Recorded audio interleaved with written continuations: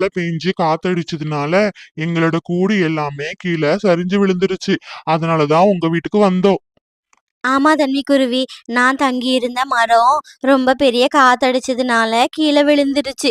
அதுல இருந்த என்னோட 4 முட்டைகள் வேற உடஞ்சிருச்சு. என்னோட குழந்தைங்கள என்னால காப்பாத்த முடியல. அதனால என்னோட உயிரை காப்பாத்திக்கிறதுக்காகவாது நான் இங்க வந்தேன். பறவைகளே, நீங்க யாரும் கவலைப்பட வேண்டாம். இந்த மழை முடியிற வரைக்கும் நாம என்னோட கூட்டிலேயே தங்கிக்கலாம். ஆனா ஒரு கவலை இருக்கு.